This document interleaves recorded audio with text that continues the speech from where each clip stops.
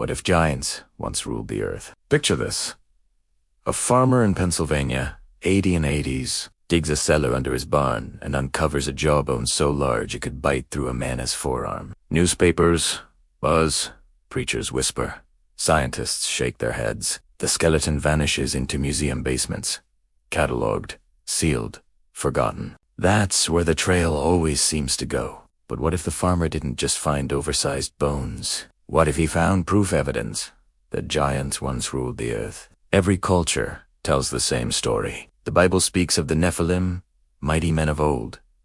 Norse sagas roar with frost giants battling gods. Native American tribes tell of the thunder beings, enormous figures striding across plains. Even the Greeks had their titans, towering over Olympus, until Zeus cast them down. Myths don't match so neatly unless they're remembering something real. If giants walked the earth, when did they live? Fossils say we humans share the planet with cousins Neanderthals, Denisovans, even Homo floresiensis, the so-called hobbits.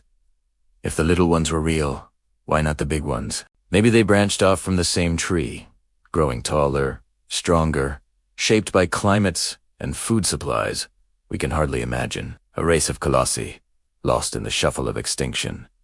Archaeology is littered with strange finds, oversized tools, hammers too heavy for a man to swing, burial mounds unearthed in the 19th century with skeletons 8, 10, even 12 feet tall. Skeptics say exaggeration, mismeasurements, hoaxes. But why do the reports keep repeating across states, across continents? Are we supposed to believe that 1,000 different storytellers invented the same lie? Imagine the world from their height. Forests that barely brushed their shoulders, rivers crossed in a single stride, herds of mammoths hunted with spears the size of telephone poles. To us, they'd look like monsters. To them, we'd look like vermin. If they led, their reign wouldn't be gentle. Smaller humans might have been laborers, prey, or simply pests, driven into caves.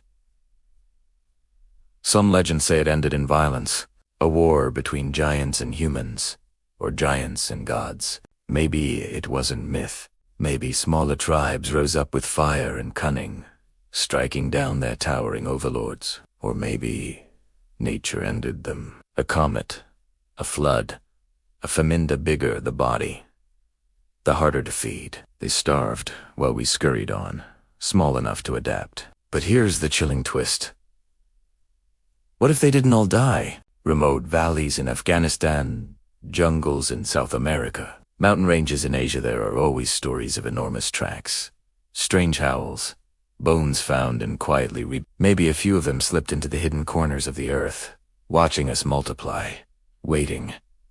And giants wouldn't just leave bones, they'd leave architecture. Megaliths that baffled modern engineers. Baalbek's massive stones in Lebanon, the trilithons at Stonehenge, the tight-fitted walls of in Peru. Structures too large, too heavy, too precise for simple Bronze Age tools. Built not for humans, but for those who could heft a 100-ton block like a child's toy. If that's true, then the ruins we revere as sacred sites are really leftovers. The abandoned living rooms of a forgotten race. We wander among their furniture, pretending it was ours all along. I think about the warning buried in every giant story.